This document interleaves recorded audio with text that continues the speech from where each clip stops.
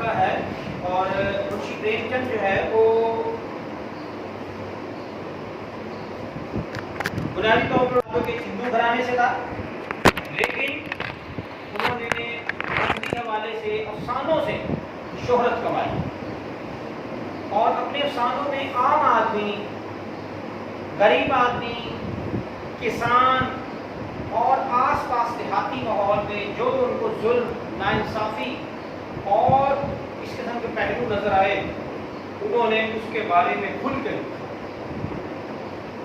منشی پریم چند کے افسانے آج بھی اگر آپ پڑھیں تو آپ کو ایسے لگتا ہے جیسے کسی دیہات کی منظر کشی ہمیں کر رہے ہیں، اور وہاں کا جو ماحول ہے ہمیں وہ بتایا جا رہا ہے، ان کی رسم و رواج، ان کی عادات اور ان کے آپس کے لڑائی جھگڑے اور دوسرے معاملات جو ہے ہمیں پتہ لگ رہے ہیں منشی پریم چند کے افسانوں میں۔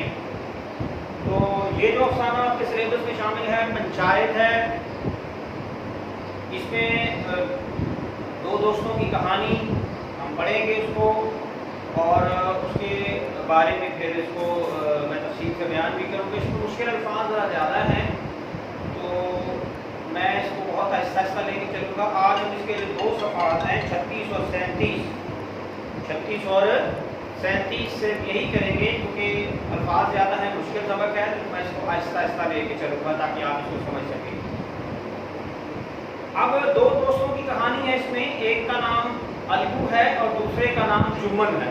یہ عام نام ہے، دیہاتی کلچر میں اسی قسم کے نام ہوتے ہیں، فراج جینا تو خواجہ ہے، سراج جینا تو خواجہ ہے، تاج جینا تو خواجہ ہے، اس قسم کے نام دیہاتی کلچر میں رکھے جاتے ہیں اور بولے بھی جاتے ہیں۔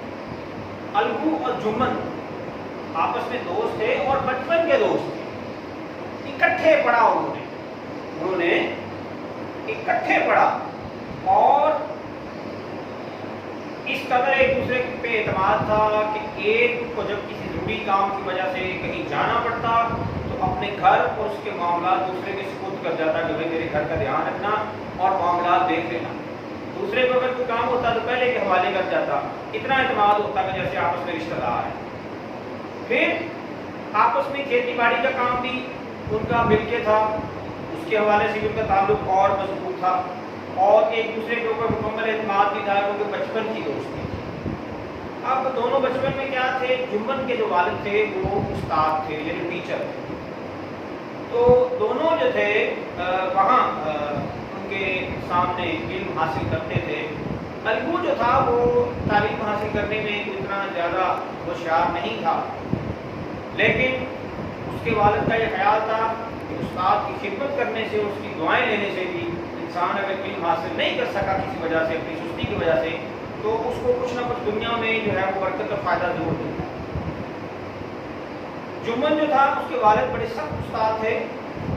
الگو نے استاد کی بڑی خدمت کی، اور عام اگر آپ دیکھیں اپنے بڑوں سے پوچھیں تو پرانے وقتوں میں جو استاد ہوتے تھے، ٹیچر ہوتے تھے دیہاتوں میں خاص طور پہ، تو ان کے گھروں کا اور ان کے جو ذاتی کام تھے کرنا شاگرد کی بڑی عزت کا باعث سمجھتے تھے، اپنے لیے باعث فخر سمجھتے تھے۔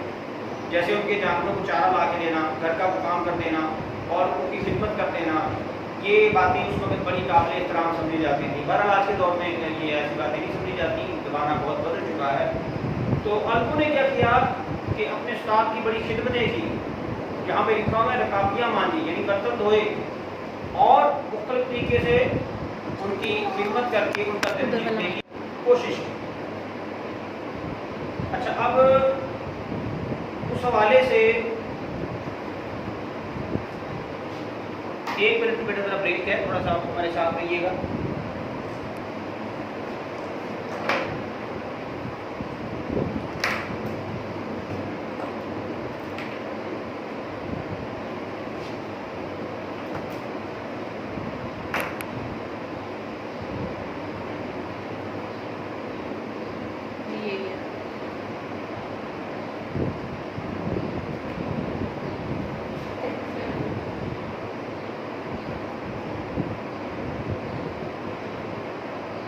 اچھا، استاد کی انہوں نے بڑی خدمتیں کی، اور کہتے ہیں ان کا حقہ جو تھا کبھی ٹھنڈا نہیں ہوا تھا۔ اب وہ دیسی کلچر تھا دیہات کا، اس کو حقہ بھی پیتے تھے استاد، حکم ان کا ہر دم تازہ رکھتا تھا، جیسے حکا تازہ رکھنا، پانی وغیرہ بدل دینا، آپ ہر وقت رکھنا حکے میں، تو یہ ایک قسم کی خدمت تھی۔ بہرحال علم حاصل نہ کر سکا الگو اس لحاظ سے۔ جمل جو تھا اس کے باپ جو تھا سخت تھا، اس نے جو ہے وہ چھڑی کا استعمال کیا، یعنی بیٹے کو مارنے میں وہ ایسا نہیں سمجھتا تھا، تو اس کی وجہ سے کیا علم حاصل کر کیا وہ، اور اس کی وجہ سے اس کے آس پاس کے دیہاتوں میں اس کی عزت ہونے لگی، اور اس کا نام ہو گیا کہ جمل جو ہے وہ پڑھ لکھ گیا۔ اب یہاں تک جو ہے دو دوستوں کی کہانی۔ اب تھوڑا سا قصہ آگے چلتا ہے۔ جمل کی ایک خالہ تھی جو کہ بیوہ تھی، اور ان کا کوئی اور رشتہ دار نہیں تھا سوائے جمل کے۔ ان کی کچھ زمین تھی، اور خالہ جو تھی انہوں نے جمل سے یہ کہہ دیا کہ میں اپنی زمین تمہارے نام کر دیتی ہوں، میرے بعد اور تو کوئی وارث نہیں ہے۔ اس کے بدلے میں جمل نے وعدہ کر لیا کہ خالہ کو ساری عمر جو ہے وہ اس کے کھانے پینے کا، دوسری ضروریات کا خیال رکھنا۔ اب دیکھا جائے تو جمل کے لیے یہ جو سودا ہے یہ زیادہ مہنگا نہیں تھا، کہ خالہ تو اس کی اپنی تھی، اور اس کو بدلے میں وہ زمین بھی اپنی دے رہی تھی، اور جو انہوں نے خود کھانا تھا وہ خالہ کو بھی کھلانا تھا، اسی گھر میں رہنا تھا۔ اس لحاظ سے اس نے جو ہے وہ اس بات کو قبول کر لیا۔ جب تک یہ نہیں ہوئی تھی زمین اس کے نام، خالہ کی بڑی خدمتیں ہوتی تھی اور کھانے بھی کھلائے جاتے تھے مزے مزے کے، لیکن جب وہ زمین اس کے نام ہو گئی تو پھر آہستہ آہستہ ان کے رویے میں فرق آ گیا۔ جمل کی جو بیوی تھی، بی فہیمن، اس نے کیا کیا، آہستہ آہستہ جو تھا وہ پہلے تھوڑا سا سالن کم دینا شروع کر دیا روٹی کے حساب سے۔ اب پہلے پہ تو انہوں نے، اس کی خالہ نے برداشت کیا، لیکن جب دیکھا کہ یہ جان بوجھ کے کرتی ہے تو پھر دونوں میں جو ہے وہ انبن ہو گئی، ناراضگی ہو گئی۔ خالہ نے جمل سے شکایت کی کہ تمہاری بیوی جو ہے میرا مجھے اس طریقے سے کھانا نہیں دیتی ہے، تو کچھ دن ایسے کام چلا۔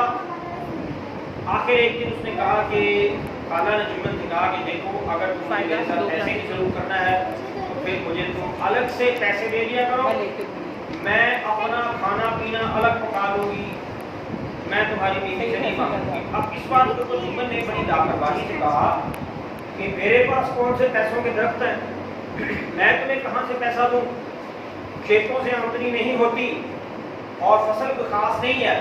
اس نے معاملے کو رفع دفع ایسے ہی نہ وہ چھوڑ دیا کہ جیسے نہ ہی حال۔ پھر خالہ نے اس کو یاد کروایا کہ تم نے تو وعدہ کیا تھا، تم نے ساری زندگی میرے کھانے پینے کا خیال رکھنا تھا۔ جمل جو ہے وہ چڑ کے کہتا ہے میں نے جو واقعی وعدہ کیا تھا، مجھے کیا پتا تھا کہ کتنی لمبی زندگی لے کر مرو گی نہیں۔ اب اس بات سے خالہ کو غصہ آ گیا، کس نے میرے مرنے کی،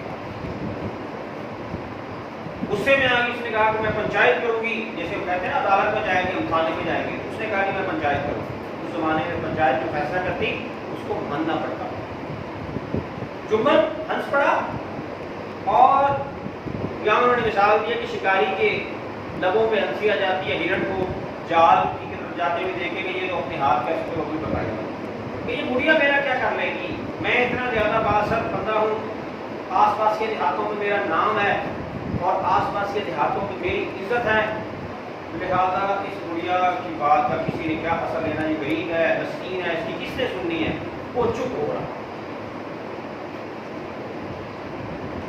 بڑھیا نے آخر کیا کیا کہ اپنا لاٹھی لی اور گاؤں بھر میں اپنا اس نے سفر شروع کیا، چکر لگاتی، حالانکہ بری ہو گئی تھی، لیکن وہ پنچایت کے لیے لوگوں کو کہتی کہ میری پنچایت کرو، یعنی میرا فیصلہ۔ شیخ جمل کو بڑی طاقت کی اپنی، بڑا رسوخ تھا کہ میرا اثر ہے، اس نے کسی سے کوئی کہا نہیں میری کرو پنچایت کرنے کا، بڑھیا خود ہی تھک ٹوٹ کے بیٹھ جائے گی، مجھے کیا ضرورت ہے بولنے۔ آخر ہوتے ہوتے بڑھیا جو تھی الگو کے پاس آ گئی، تو پہلے بتایا جا چکا کہ الگو اور جمل بچپن کے دوست تھے اور آپس میں کچھ ان کے کھیتی باڑی میں بھی ساجھا تھا، شراکت داری۔ تو اس نے کہا الگو تم بھی میری پنچایت میں آنا۔ الگو پہلے تو جان چھڑانے لگا، اس نے کہا کہ میرا ایسے جمل کے ساتھ تعلق خراب ہوگا، دوستی ہے۔ تو جب اس نے کہا کہ میرا تو اس کے ساتھ جب وہ دوستی خراب ہو جائے گی، تو بڑھیا بھی بولی، اس نے کہا کہ اچھا اب ایمان کے ڈر سے صحیح بات نہیں کرو گے، انصاف کی بات نہیں کرو گے تم کہ نہیں اس کے ساتھ دوستی خراب ہو جائے گی. تو بہرحال حلقوں نے حامی بھر لی، پنچایت کا دن طے ہو گیا، لوگ بھی آ گئے. عام طور پہ جھاپے میں جب پنچایت لگتی ہے تو تقریباً دیہات کے تمام لوگ جو ہے کوشش کرتے شامل ہو، دیکھیں معاملہ ہے کیا. جس طرح عدالت میں ہم نے دیکھے نا تو کچھ لوگ بیٹھے ہوتے ہیں عدالت کے سامنے بھی بیٹھے ہیں، کچھ کوئی فیصلہ سن رہے ہوتے ہیں، کارروائی عدالت کی دیکھ رہے ہوتے ہیں. تو پنچایت میں بھی یہی ہوتا ہے، وہ سارے گاؤں والے جو تھے وہ بھی آ گئے. جہاں پہ پنچایت ہونی تھی وہاں پہ انتظام جمعہ نے کیا، چادر وغیرہ بچھا دی، اور اس کے بعد حکا پانی کا بھی انتظام تھا. اور یعنی اس طریقے سے بیٹھے ہوئے تھے لوگ جیسے کہ ابھی پنچایت ہوگی. اور وہاں پہ بیٹھ کے جمعہ اور الگو باتیں کر رہے ہیں آپس میں ہنس ہنس کے، اور اس طریقے سے جیسے آپس میں بڑے دوست ہوں. یہاں تک جب ہم آتے ہیں پیج نمبر جو 37 ہے اس کا اختتام ہو جاتا ہے. اور اختتام اس لیے ہو جاتا ہے کہ اس کے جو الفاظ اور معنی ہیں وہ ذرا زیادہ ہیں، مشکل بھی ہیں. تو میں نے جو ہے اس سے زیادہ نہیں لکھا،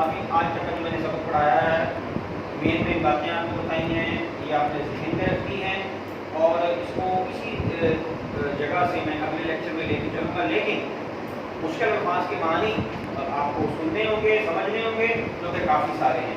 اس کے بعد پھر میں اردو جو ہے وہ لے کے جانے پاؤں گا.